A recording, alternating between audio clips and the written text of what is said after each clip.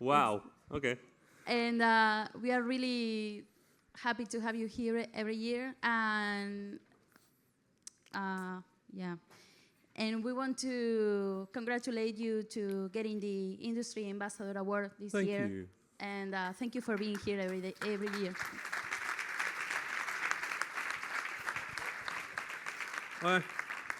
Okay, well, hi. This is not the best place to put a bottle of water. I'll figure it out. Hi, my name is Rami Ismail. I'm one half of Dutch independent studio Vlambeer. For those of you who do not, is anybody who needs an introduction? Anybody who needs me to explain who I am? Nobody? Good. That saves me about 10 minutes. So, first of all, I'm really happy to be back. Gamelab is always lovely to be at. I'm glad you're all here. I'm going to assume that most of you are independent creators or want to be independent creators. I was thinking yesterday about what I wanted to talk about. And one of the things that, as an independent developer, when I was starting out, was hard for me is that I had questions, right? And I was helping with the QA at John Bay's panel 2 days ago.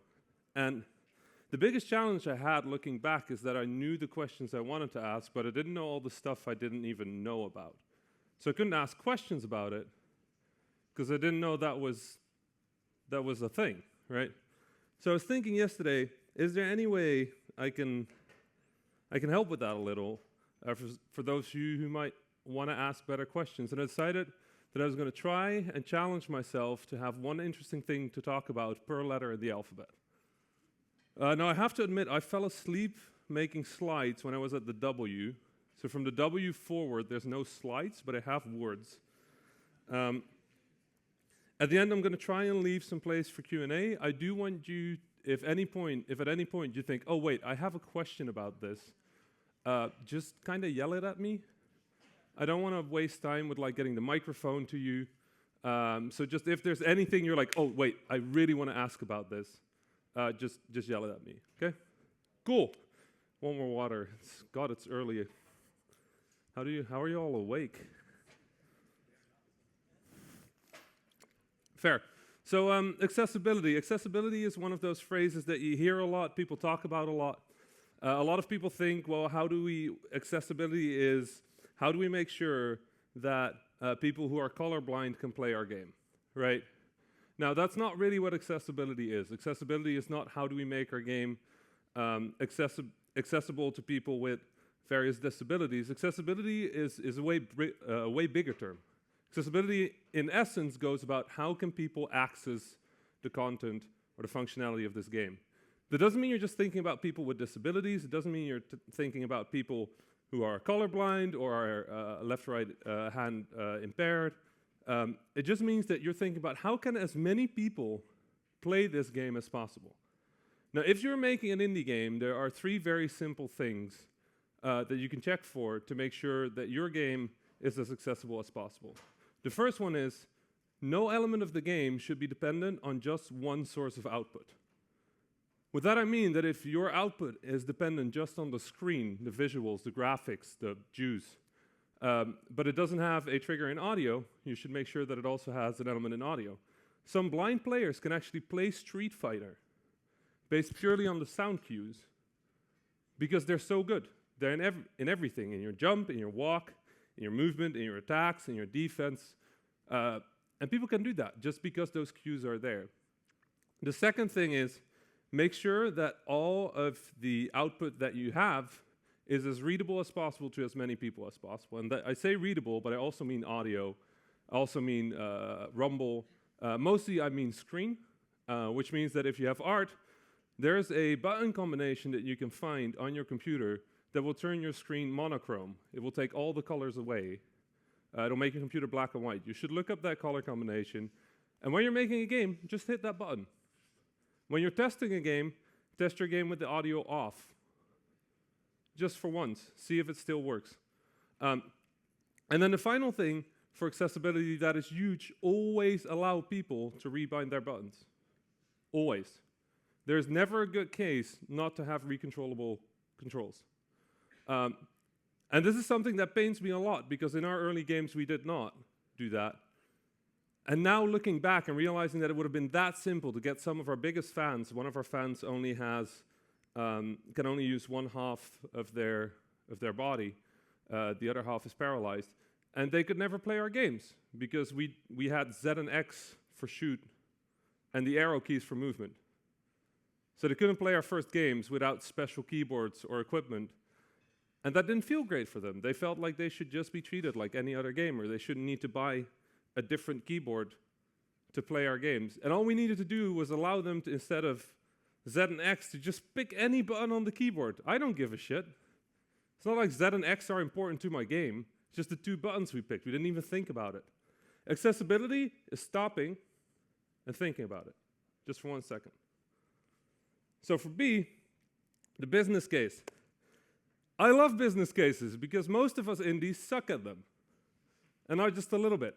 A good business case is a complete overview of what the hopes and the possibilities are that seem reasonable at the start of a project for the business case. How are you going to make money? How are you going to sell the game? Where are you going to sell it? How are you going to market it? How much money is it going to cost? How much time is it going to cost? Is there a budget? Now, the one reason you really want to be good at this is because even though you might not give a shit, the people with the money certainly do. If you're going to pitch your game to a publisher, they will probably want a budget. If you can't give them a budget, then they're either really nice with their money or they don't give a shit about your game because they don't even care about what money it could make them, and that's literally their job, to make money. So when you do a business case, the one tip that I can give you for budgeting, budget yourself with a salary. It feels very easy, and I see this in Kickstarter, I see this for indie developers. It feels very easy to say, we should go cheap because we don't want to look expensive, right? So we're not going to pay ourselves a salary, we're just going to get those numbers down, then people will support us. If you do that in a Kickstarter, you get one of those many Kickstarters that has happened over the past few years where somebody just makes their goal, and then it turns out it's not enough money to make the game. Happens a lot because people go like, oh, we should go with the lowest we can get it. No, no, no. If you're going to budget as high as possible. And you go as high as possible because honestly, if you're having a hard time writing a business case, you're probably not very good at scheduling either. And you're going to go over time. I've been doing this for what, a decade? I still suck at scheduling. If I say this is going to take a week, it might take 3 months, it might take 2 days. I'm a programmer, I don't know. So when you write a budget, write it big, write it high. You'd rather have a publisher that looks at the game and goes, yes, this is worth absolutely that much money, than go as low as possible and then not have enough money to make the game you want. Okay? So that means figure out how long you're going to think it takes at 50%. Find yourself a salary. You pay yourself a good salary, not a small salary, a good salary. Every person on your team gets a salary. You multiply the amount of money for all the salaries, add it up, multiply it by the amount of time, then add 20% more. Why do you add the 20%? Anybody know? What happens when you release a game? When do you get the money? How much later? Do you get it the same month? No? You get it a month later? You get it 3 months later. That's fast, 3 months. What does that mean? If your money is out on the day of release, and it takes 3 months for you to get your money, and that's it, you don't have that money, you're out of business. I've seen that happen. I've seen studios release good games and get in trouble because those 3 months they couldn't survive. So that 20%, what's that for? It's for those 3 months. Just keep your company alive. So, you know what your biggest problem is? And mine too, and everybody's? Communication is hard.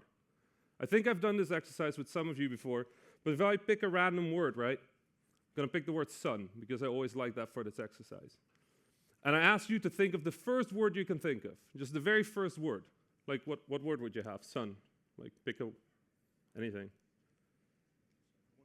Sun, the ball of lava in the sky. What do you think of? Moon. Moon. Who else had moon? Just raise your hand if you had moon. 4 people. Anybody else? You. What's your word? Sun. What do you think of? Fire. Fire. Who else had fire? 5-ish people. Is there anybody in the room who thinks their word will get more than 10% of the room to raise their hand? Anybody who thinks they have such a clever word that they're, go. Warm. 3 people. Anybody else? Okay, we'll do day. Who thinks day? 5 people. Light? 8, 9. Here's the thing. You won't get a word. This is not how communication works. Communication is broken. Words are broken. Everything is broken. Every way you try to communicate is broken. So you can make it easy on yourself. You can make it hard on yourself. The easy way to communicate is whatever you're talking about, you use that medium. You want to talk about art? Draw it. You want to talk about audio? Make the sound with your mouth. Don't go like, I want an explosion with more wrong, like just fine. Now your sound designer knows what you're talking about. You want to design something? Prototype it. You don't know how to prototype? Learn to fucking prototype. Why not? It takes like a few hours to boot up GameMaker. It's drag and drop, just mess around with it. I can't draw. If I have to draw a cow, I draw a circle, put 4 lines under it, and put the word cow above it. It works. But here's the thing. Here we can laugh about it. If this is a project and you communicate something to your team and they're going to be working on it for 3 months, and then at the end of the 3 months they figure out that that is not what you meant, that is 3 months of work gone. And for some teams, especially if you work remotely, a pixel artist working a full day on pixel art and then learning that, oh no, shit, that wasn't the resolution, that's not great. For D, I want to talk about the door problem. Who knows the door problem? Door problem is a brilliant blog post by Liz England, and you should Google it.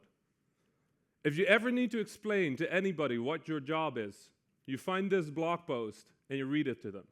The question is very simple. Liz asks, I want to design a door. Now what?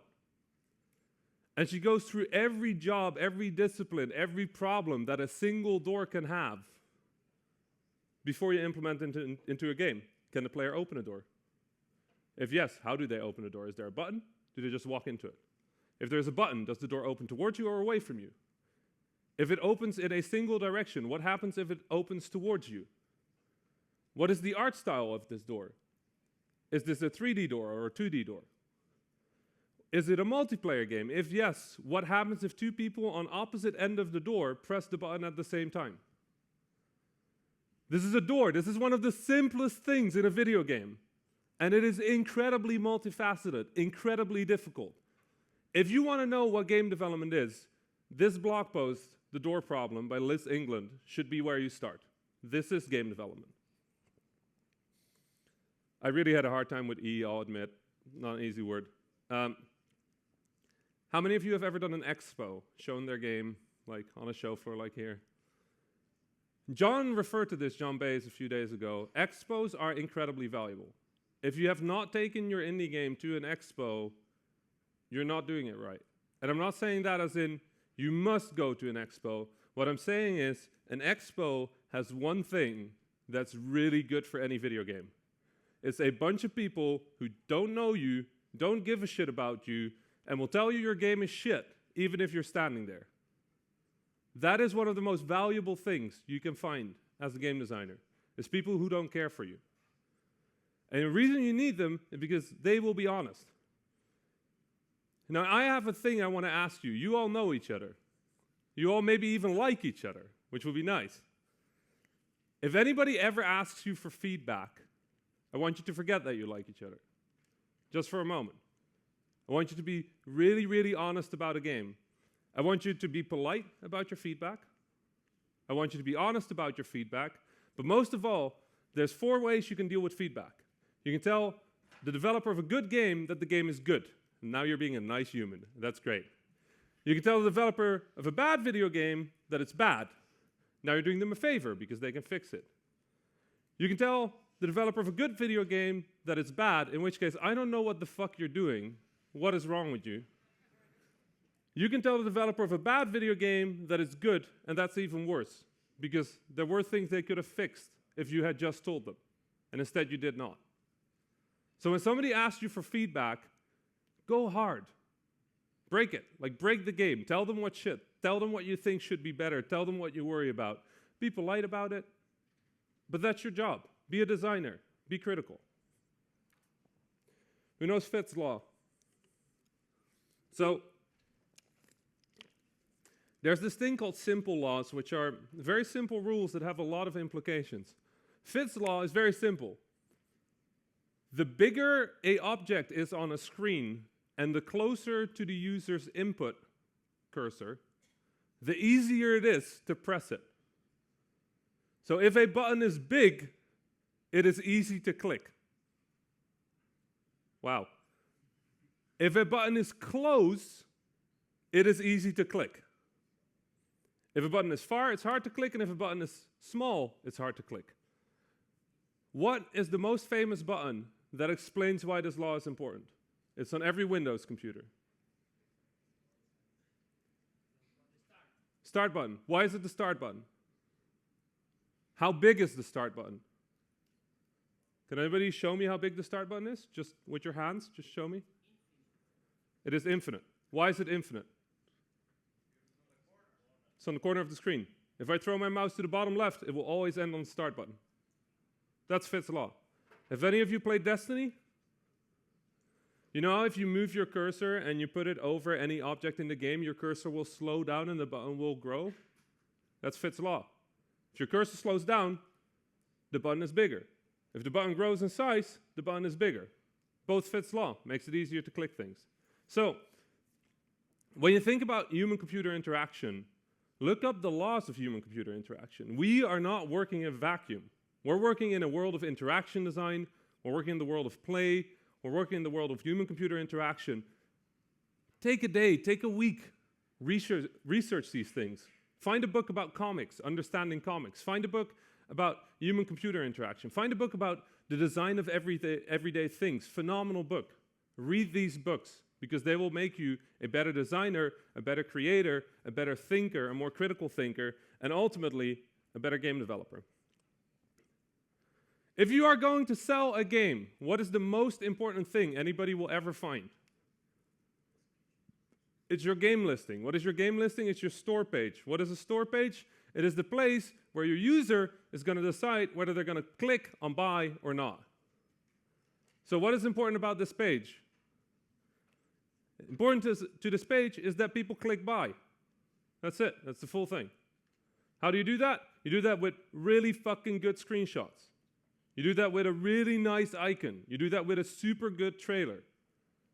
If I see any store page by any of you for any of your games where I can see that you did not spend at least 3 weeks on your screenshots, then I'm going to be really upset with you. Because it's your video game. You worked on this for years. And they make a shitty screenshot? Make good screenshots. Spend time on this. Make a trailer, not a shitty trailer. Make a good trailer. If you don't know how to make a good trailer, there's a room full of people here. Surely there's one person who can do good trailers. Pay them money. You get one shot every time somebody comes to that store page. They're going to look at that page. They're going to make that decision once. They're not going to come back to this page because next time they see the name of your game, they're going to think of that time they were on your store page and went, eh. How many of you have ever gone to a games page, thought, I'm not buying that, and then 2 weeks later went like, no, I'm buying that? What game? Oh, yeah. Well, in this room, 2 people. If that's your bets, don't do that. So, how do you make a good screenshot? I'll tell you how you make a good screenshot. You take 100,000 screenshots. While developing, you just run a script that takes screenshots. While you're playing, take shots from screenshots. If a screenshot is almost right, just Photoshop it a little. Seriously, like, we're not here to sell, like, this exact screenshot is in the game. It's a fucking video game. They're never going to get that screenshot. That's not how it works. We're not saying, like, this is exactly how the game is going to be. You will look at this screen during this game. That's not our job.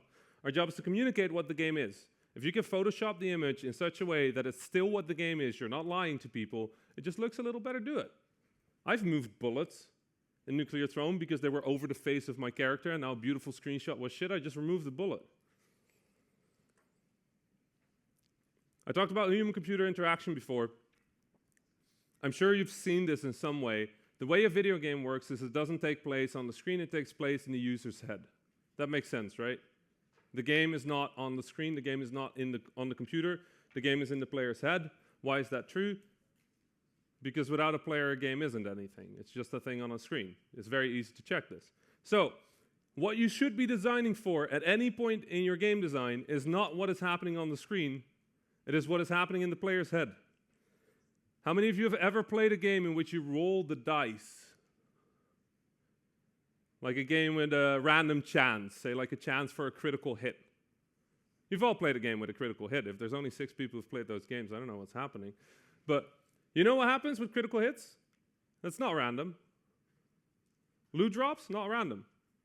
If a game says you have a 10% chance for this item to drop, how many times do you have to try before you get the item? Somebody said 10. Who agrees? No, we don't know. It's 10%. Every time you roll it, there's a 10% chance. You could roll it 1,000 times and it could not happen. And it's still 10%. This is the problem. The way we think about statistics isn't right. So when you create random in your game, you want to be thinking not about whether it's fair, you want to be thinking about whether it feels fair. And that's a huge difference. So if you make a random that's 10%, you know what you do? You make a counter in the back of the computer's head that says, if this happens 10 times and it doesn't have it, the player doesn't have it, we'll just give it to them. Why? Because otherwise they hate your fucking game. Oh, I had a 50% shot and I did it 5 times in a row and it didn't happen. So what? It's 50%. I don't look at a coin after 5 times tails when I said head and go like, well, this coin is broken. It's just shit. But that's how our brain works. When it's a video game, suddenly we want it to be nice because we play games because they feel nice. So make things feel nice. The coyote jump is a very good example. If I run off this platform, I fall and I hurt myself. In a video game, if I run off this platform and then press jump, I will still jump. Even if I wasn't on the platform anymore. We just create a little timer that says, well, if the player was a little late because they suck, we're just still going to make them jump because they feel better about themselves. If you have a game where people shoot at you, just make the first bullet miss.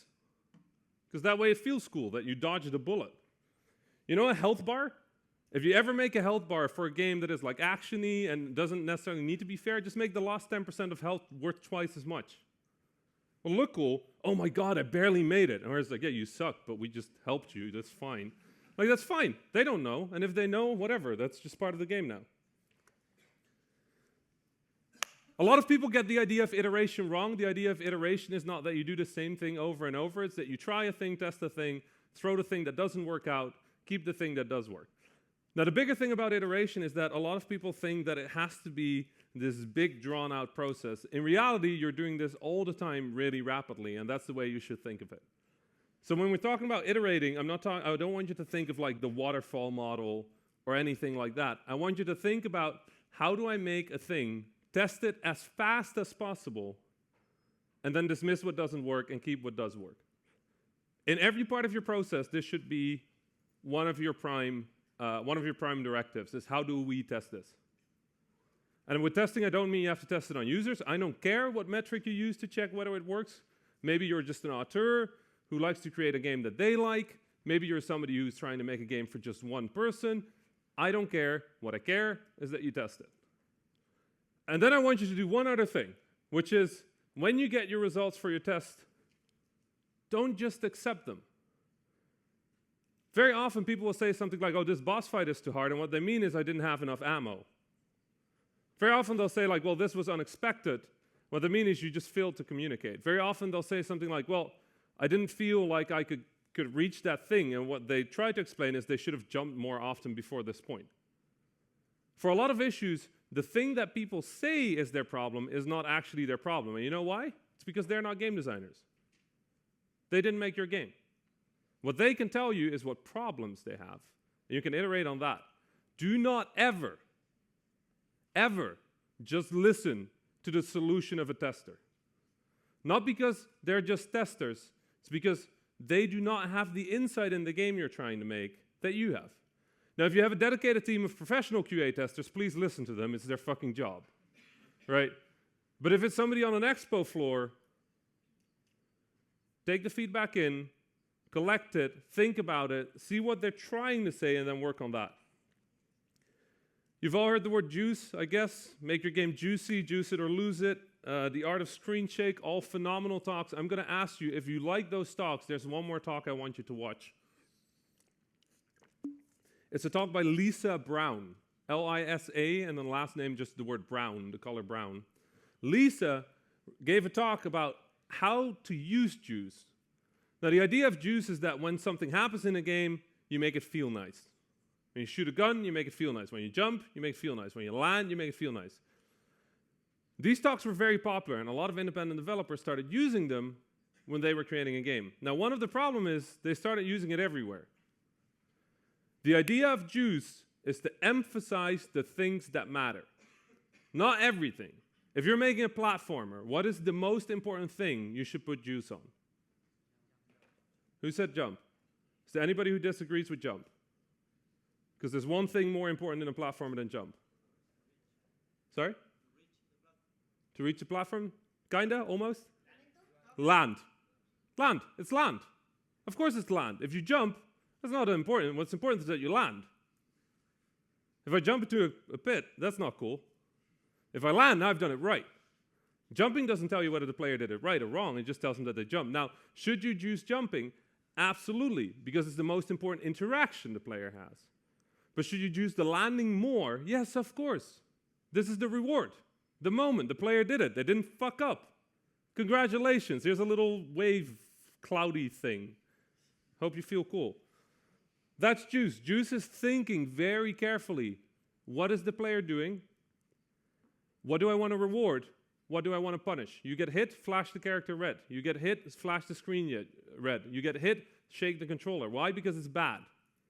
Player did something right, give them a cute little effect. Player did something that's hard to communicate, give them a cute little effect.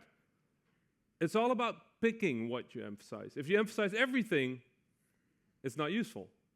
So go look up this talk by Lisa Brown. She gives a really good talk. She works at Bungie nowadays. She's an incredible speaker, and that talk is very, very good, and I would recommend you all watch it. Who knows this word? It's technically, of course you do, it's technically the art of kinetic energy, the communication of kinetic energy. Now, games, in many ways, are about state changes. Every frame, the computer calculates what the user has done. In the back end, in the computer, we figure out what the new state is, and then we output to the user the new state. That sounds very complicated, but basically what I'm saying is the player does a thing, the game figures out what it did, and then we show the player what is happening, right?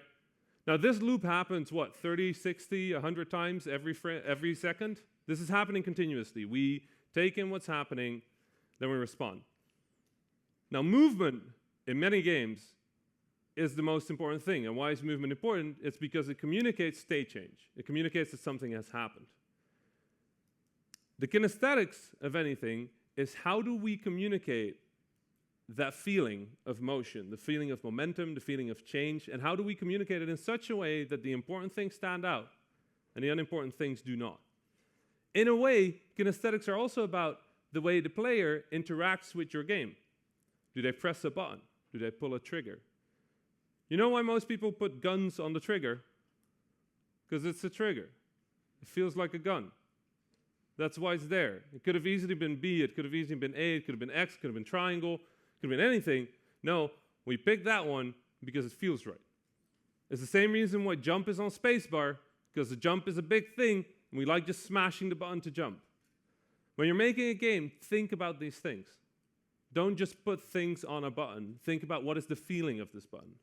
What am I trying to communicate? Is this a hard action, a short action? Is this an action that should take a little effort? You know what's a really fun kinesthetic, one of my favorite? It's sprinting in a lot of games. Or in other games, like holding your breath. On a control stick, usually what happens is they put it on R3, holding your breath. Why do they put it on R3? It's also what you aim with. That's why they put it on R3. Because it makes it a little easier to be a little bit more precise with your aim because you're also holding it down. It's also why sprinting is a bit awkward. It's also why a lot of key combinations that should not happen are usually on A and Y or X and triangle because you can't reach those two buttons at the same time very easily. These are things you should actually think about. If you've never thought about why your buttons in your game are the buttons you're using, stop, go back, figure this out. Don't forget, control a rebind though. Like if somebody doesn't want to do that, it should still work. Who has ever localized the game? Who liked localizing a game? There's no professional localizers here? Okay. Localization is one of the hardest things you'll ever do in a video game because it basically means that every UI you ever do is now broken. It mostly has to do with German for some reason. All their words are just very long. So if you want to say like pen, they say like Kugelschreiber or something. That's like 20,000 letters. Whenever you make a game with words, any words in them, think about your localization. Your text boxes should be able to like dynamically resize. Your menus should work that way. And if you want a real challenge, think about right to left languages, which means that your entire interface should be able to invert from left to right. Should you do this for your first ever indie game? Probably not. Should you develop your code, your framework, with keeping in mind that this might be a thing in the future? Yes, please. Please do that. Please create your UI in such a way that if necessary, you can make it right to left. You don't have to do it now. Just keep in mind that there might be German, that there might be Arabic, that there might be Japanese. Make sure that if there is ever the need that you do that, you have a way of doing it. Because it would be a shame. It would be a shame if it turns out your game is a huge hit in Saudi Arabia and you can't make it Arabic because you forgot to program it. So make sure you integrate this early. For a lot of things, actually a lot of things in game design, a lot of things in game development, people say like, oh, but that's hard. What they mean is we fucked up by not doing it at the start. Don't be that person. Don't be the person who has to say like, well, putting a female character in my game is too much animation work. It's like, well, what the fuck? Just do it at the start of the project. It's easy. Don't be the person who says like, well, we couldn't do that because we didn't think about it at the start. Like, think about things at the start. Just straight away. Think about localization, think about diversity, think about accessibility. Your life will be so much easier. So much easier. Who here likes their job as a game developer every day of the year? One person. I guess they've only been making games for a few months. No, just kidding. It's nice. It's nice. I love my job. I love my job. I love my job every day. I also hate it very frequently, especially when Reddit is upset at me again because I said something on Twitter.com, or because I changed my character in my game to be, instead of a chicken that does slow motion, now a chicken that can throw weapons, because that's not right. What was the latest one? Battlefield 5 has female characters. That's not cool, apparently. It's not realistic. Fucking Battlefield. It's a game where you jump out of a F-16 flying straight up, shoot somebody with a rocket launcher, and then when the airplane falls back down, you get back into it. Not realistic. What the fuck? Here's the thing. This job, at some point, whether you love your job every day or whether you understand that it's a job, your motivation is going to be one of the hardest things you're going to have to deal with. Not just your motivation, but also the motivation of the people around you. One of the ways you keep this good, you keep this positive, is by allowing yourself and the people around you to step away from game development every now and then. You do it by not working every hour of your day. You do it by taking some distance. You do it by reading a book. You do it by going outside. You do it by talking to friends. You do it by making sure that everybody in your team feels capable. If you are a small indie team, you might think that working hard every day and not going to bed at a good time, that this is heroic, that this is good. What this is teaching the people around you that they have to do that too. And that's not good, because that will kill your team. I've always said there's three things you might need for a game to exist. You might need money, you might need knowledge, and you might need motivation, right? Now, if you have motivation and money, it doesn't matter if you suck at game development, because if you want to make a game, you can afford it, you'll just hire somebody. And if you have the motivation and the knowledge, but not the money, Cave Story was made by a single kid in his parental house, in his bedroom in his parents' house, and he didn't have money. And he made Cave Story, one of the best indie games ever made. Because if you have motivation, it doesn't matter that you don't have money. Of course, it matters a little, but it doesn't matter for the game to exist eventually. It just might take a lot of time. Now, if you have all the money in the world and all the knowledge in the world, but you're burned out, I can guarantee you no fucking video game is going to happen. Because you just don't give a shit anymore. I've had it once. When my game Ridiculous Fishing got cloned, for 6 months of my life, I would open a computer, I would look at the cursor, and I would get a headache. Straight away. Because I had worked myself to death for 3 years, and I thought it was awesome. I had the greatest time of my life. Everything we did turned to gold. Every game we made, people loved. Every game we worked on, I loved working on. And I didn't realize that I was getting tired, because it felt good. And I was getting exhausted, and I was not talking to my friends as much anymore. And then Ridiculous Fishing happened, we got cloned, the first bad thing in 3 years. 3 years of Vlambeer. And I couldn't touch a computer for 6 months without just blanking. My brain would just go empty. You want to know what's terrifying? This is the one thing in my life I've been good at. One thing in my life. I can make video games. It's fucking scary to stare at your computer and think, shit, I can't do this anymore. I've lost it. I've lost it because I thought everything was awesome, I didn't take care of myself, and now I might never do this again. This is the only thing I'm good at. I'm sure all of you are more talented than me and have multiple things you're good at. But in case you're like me, and this feels like the thing you're good at, this game design thing, this game development thing, take care of yourself. There's too many good people that we've lost in this industry before the age of 30 because they burned out. And they just can't do it anymore. They get stressed, they get tired, they get angry, they get anxiety, just from having pushed themselves too hard. If anybody around you pushes you to work harder than you're comfortable with, get out of there, please. Just tell them to fuck off. Because if they think you're disposable, fuck them. They're not worth it. They're not worth that. This is your medium, this is your passion, it's yours, keep it, protect it. There's one thing, how many of you went to the talk of John Baez a few days ago? Okay, there's one thing he said that I thought was very important. What he said was simply that if you are talking to an indie publisher, then they are not the ones that you should be pitching to. What you're going to them for is for them to pitch to you. Because they're just an aggregate for a bunch of services. They have QA teams that they hire, they have PR teams that they hire, they have release management teams that they hire, and then you go to them, they take 30%, they take that 30% and pay it to the people who do their PR and QA, and then that's the deal.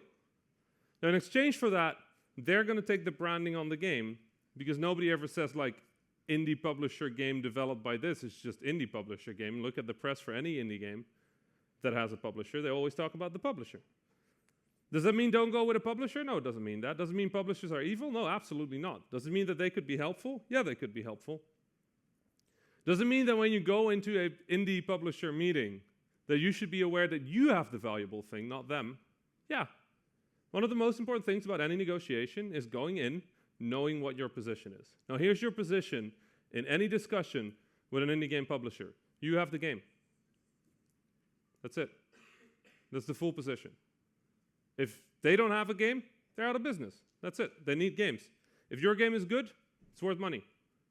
So when you go into those negotiations, don't go in there thinking you're like kind of begging for their attention or approval. If they don't want your game, fuck them. You'll make it anyway. Right? The game is going to happen. Will it happen with the same amount of money? No. Will it happen with the same amount of marketing? No. Can you get those things? Yeah, you can just hire a PR agency. You can make deals with them. Can you afford that? If not, find money other places. Is that easy? No. But does that mean you should just accept an indie publisher because they're some sort of god? No, hell no. No. Treat them as a company. They want your game for one reason. It'll make them money. It'll make them famous. That's it. That's the full story. Maybe it makes their portfolio look good, like option 3. I don't know. The thing is, in the end, it's a business. They're making business decisions. If you go into a publisher meeting, business decision. Put on your business face. If you don't have a business face, learn to have a business face. I don't know what your business face looks like, but either way, it should be a face that thinks about never saying yes straight away, not getting too excited about anything, and know that if an indie publisher tells you, this looks great, yeah, we should talk about that. They don't mean this looks great, we should talk about that. That's just what they say to everybody. That's their job. Their job is to make you feel like they like you at the end of the conversation, even if your game is shit, because you might come back with your next game that is good. It's a dance. And it's the same thing. Every publisher will always give you the Yeah, cool, send me an email about this. If you've ever been in a pitch meeting, you've heard that phrase. They'll always tell you that they're very excited about it, they're looking forward to it. It's their job. Their job is to be nice to you. Does it mean you should distrust them? No, it's just their job. You should be aware what their job is. You know that thing I said about motivation just now? I thought it important enough to put 2 letters in there, so don't work overtime. Play. Play is what games is a part of. Games is a tiny part of this thing called play. And play is, I think, the most powerful thing in the world. And I would like to give a little evidence of that. If I were to speak in you in Dutch, would you understand it? Dat begrijpen jullie niet. If I put a soccer ball on the floor here and I kick it towards you, what would you do? Kick it back. Is there anybody who would go like, nah, fuck, kick it through the screen? Is there anybody who would pick it up and run away? No? Everybody would kick it back. That's play. Play is one of the oldest, most powerful things that humanity has had since the beginning of time. You know how evolutionary we like to play. Why? Because if you were, back in the old days, before we had homes, before we had anything, if you were somebody that would take their spear and practice by throwing at a tree, what would happen? You'd be better at aiming. If you would, for fun, just climb into a tree, you'd be better at fleeing from animals, from predators. From the start of time, we have played. Before we could speak, before we could communicate, before we were humans. Animals play. Everything plays. Play is one of the most consistent things across life, except for, the basic characteristics of life. But play is everywhere, and we are not doing something revolutionary with video games. We are not changing the world in that way. No, the world has been changed forever by play. All we have is, at some point, this torch of play, of this most powerful force in human nature, has been given to us. And it's ours. And we get to run with it. And that is fucking awesome. So if you ever feel like, what the fuck am I doing with my life? Why am I not a doctor? Why didn't I become an engineer? Why didn't I get an important job? I want to tell you that I believe that maybe game design might be the most important thing in the world. Not because it saves life, no, because it makes life worth living. Not because you'll feel better if you're like in a hospital, but also, yes, it does. I get email all the time from people who said that they were in a hospital, they were in pain, they played one of my games, they were distracted. It is powerful what we do. So don't forget that, right? Not saying you will save the world with it. You'll just make it a little nicer for everybody. Who here ever does formal QA? Oh God, I'm running out of time. Formal QA. If you do not have ever worked with a formal QA team, can I please ask you, just for once, try it. Just try it. Work with a QA team. There's a lot of indie QA teams nowadays that work pretty cheap. The thing is, testing a game is really hard. Knowing what to look for is really hard. Knowing what conditions your game has to adhere to in things like certification, that's hard. Just for once, talk to a QA team. Figure out how much they cost. If this is your first game, honestly, most QA teams will be really cheap and really friendly to just work with you. If you don't understand everything that's on that screen right now, you should probably work with a QA team or read up on QA. MF stands for must fix, and it's just a bug you have to fix. That's all it means. But if you didn't know that, then I guess there's a lot to learn. Release management. Who's ever been through a release cycle? Released the game? Who knew up front exactly what they were supposed to do? Nobody. Now here's one of the most common emails I get that always makes me laugh. If you are going to launch a game on Steam, in the back end, there's a button that says launch game, or something like it. What happens when you press that button? Your game goes into review for 3 to 5 days. The amount of emails I get that are, Rami, our launch day is today, and we press the launch button, and now it says it's in review for 3 to 5 days. What do? I get 3 a month. 3 desperate emails from developers who are like, fuck, We told everybody the game is releasing. The press is writing the reviews, and I guess the game might come out next week. This is the thing. So when you look at releasing a game on a platform where you do not know the release conditions, email somebody who does. Please, don't be the person that emails me with like, oh shit. You could have emailed me before the launch. And I would have just said like, oh, by the way, press that button 3 days early. So please, if you have never released on something, check how you release. For PlayStation, there's all sorts of stuff with images and certification and documents and texts and translations, ratings. You have to do all that. I can tell you up front, then it's not that hard. I can tell you when you should have been done, yeah, then it's shit. Because now your game ain't releasing on time. Oh shit, only 7 minutes. Okay, subway legibility. The best thing you can ever do for your game design is to make sure that the person sitting behind you on the subway can look at your screen and understand what is happening. That's it. This is the best thing you will ever do for your game, is somebody who doesn't know your game, looks at the game and they understand it. Here is one article that I want all of you to read, all of you, no matter what your job is in the games industry. It is called Designing for Subway Legibility, and it's written by a guy named Zach Gage, who worked with me on Ridiculous Fishing. He's one of the best game designers in the industry, as far as I know, as far as I care. This article, just reading this article, will make every game you ever make better. And I'm not exaggerating. Reading this, for me, it's as if I suddenly understood a whole new part of game design. And I've been here for almost a decade. I've been doing this professionally. I've made successful games. I've made critically well-received games. I've made commercially successful games. Every game I will make after reading that will be better than anything I've made before, just because I understand this now. I would love to explain it to you, but I have 6 minutes, so I'm not. Triage, very simple. Prioritize your shit. When you're making a game, it's very easy to do, well, we're working on this. We're going to keep working on this until we're done. No, the way you make a game is we have 3 weeks left. We have X, Y, and Z we need to do. Which one is important? Triage, you might know it as kill your babies. You might know it as scrum meetings. You might know it as prioritization. This needs to be a central part of your game development process. If you are not continuously triaging, continuously reevaluating, continuously prioritizing, get somebody in your team who does that. A producer.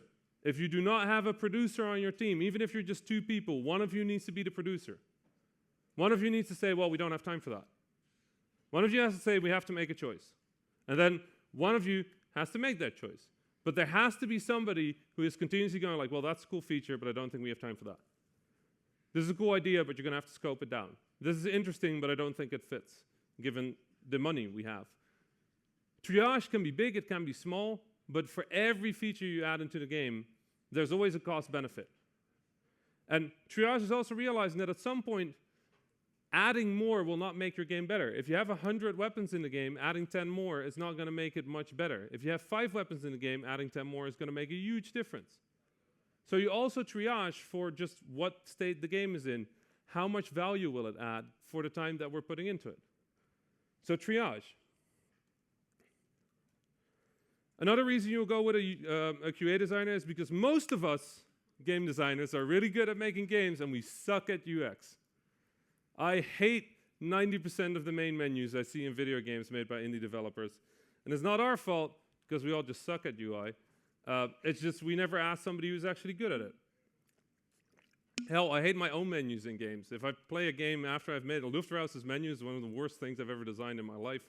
Love the game, but holy fuck, that was bad. It's like a weird, you know what, fuck it. If you are making a menu, go read about UX. Preferably find somebody who's good at UX. And I don't mean like the artist on your team who can also make a menu, they think. No, find somebody who does UX, who like truly understands how menus, menu flow works, how the user experience works, because the user experience is important from start to finish. From the moment they see the first logo to rage quitting your game, your UX matters. So make sure you get that right. You all know the word vertical slice? Oh shit, see, I ran out of time here. I fell asleep on this slide while I was making this, so that text doesn't matter here anymore. You all know what a vertical slice is? Okay, the vertical slice of a game is you get one tiny part of your game up to the quality that you would like it to be when it's done. So you get all the art in, You get all the audio in, get all the effects in, you get all of it looking exactly right, but just for a tiny part of the game. The reason you do that is for two reasons. A, it helps you communicate what the game is going to be, which is good because now your team all agrees. And B, is now your team all agrees. Yeah. So the vertical slice, you do that as soon as you have locked down what you want the game to be. So as soon as you have an idea of the prototype, you like the mechanics work, you have an art style, you have the audio, as soon as possible, you get a small vertical slice, even if it's like 30 seconds of gameplay, right? 10 seconds of gameplay. And the reason you do that, you test your pipeline, you make sure that your entire team is agreeing. Like some of them might be thinking it's stomped down, some of them might be thinking it's 2D, some of them might be thinking that it's over the shoulder. You just get it to that level, because every time somebody has a question, you just point at it. Saves you a million meetings during development, and it's great, because yeah, sure, it takes some work, but it's only 30 seconds. Now, I have 2 minutes left, and I have the rest of the words on here, so we're going to go from here. Work culture. I hate this. Anyway, work culture. In your studio, there is one invisible force that is more important than any other force, and it's your work culture. It's your company culture. It's the way you work together, you talk together. If you ever are to add an extra person, it's very easy to think that you should check whether they're good at what they have to do. Are they a good programmer, a good artist, a good designer? And I'm going to tell you that that is not as important as whether they fit as a human with what your studio is. So you look for somebody who's communicative, who is honest, who is transparent, who feels safe, who is not an asshole, who doesn't want to like overthrow the way your company works, who's not a hero. No, you're looking for somebody who fits. Because here's the thing. Good programmers, hundreds of them. Good artists, also hundreds of them. People that fit your team, rare. So if you're going to work with new people, if you're going to find new people, think about your work culture. If you finish a project, sit down with your team and talk about the culture. How did that go? Did everybody feel good about this? Is everybody happy at the end of the project? Are there any concerns anybody had? Did anybody felt like their opinion was ignored? Did anybody felt like they shouldn't offer opinions? Were you all happy with the process? Have this conversation. It's a little awkward, especially if you're close friends. But like, even if you're close friends, you are still doing work together, and you should treat it as work. So make sure that people are okay, because asking explicitly is always better than just assuming that somebody will just tell you. XLS, yeah, Excel spreadsheets. If you're a game designer, how many of you here are game designers? How many of you here love Excel? It's about the same people. Most game design happens in Excel. It's funny, but it's kind of true. Like balancing numbers, figuring out mechanics, figuring out how things work. A lot of that is just an Excel-based thing. Learn to love Excel if you're a game developer. Like just open it up and mess around with it. It's one of the fastest ways to calculate things. It's one of the fastest ways to get overview into complex systems. It's one of the easiest ways to figure out how numbers relate to each other. If you don't own Excel, Open Office, whatever it's called is great, or whatever Excel equivalent. But learn to love spreadsheets. It sounds really boring. It sounds really stuffy, I know. I was the same way. I hated Excel, and I put everything on paper or in prototypes because I'm cool like that. Turns out it's just the worst way of working, so just listen to everybody who has figured out the same shit before you. Excel is good. Who knows the word Yomi? Yomi. Yomi is basically how many levels somebody thinks ahead. So if I was standing behind you and I tapped on your right shoulder, and you looked over your right shoulder, and I was on your left, because I'm an asshole, I did that.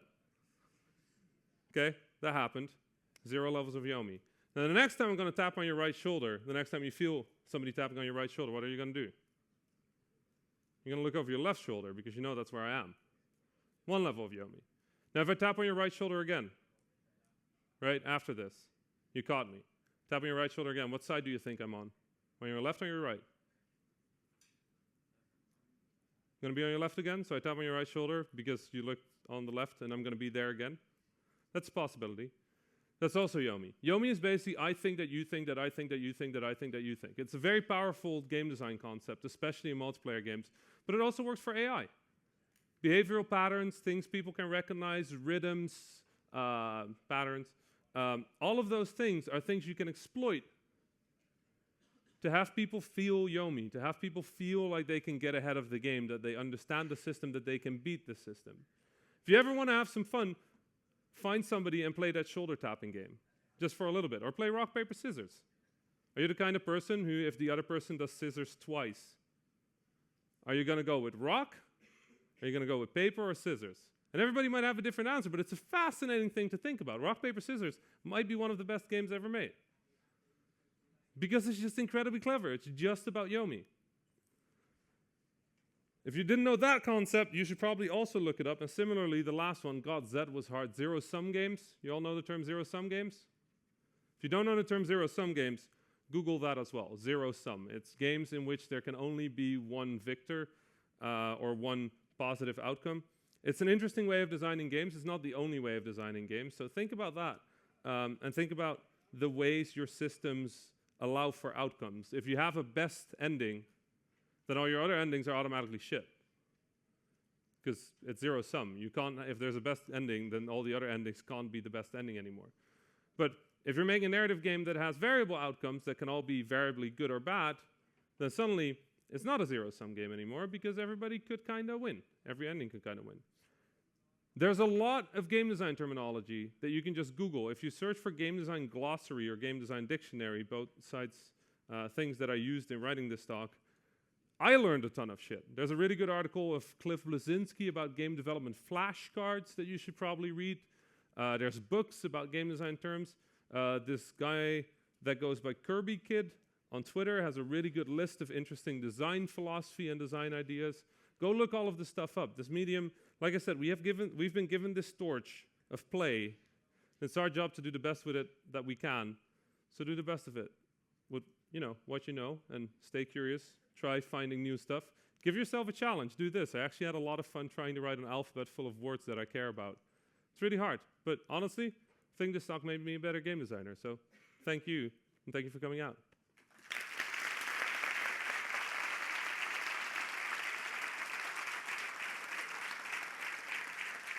Now, if any of you have any more questions, you can find me on Twitter at @THA_Rami.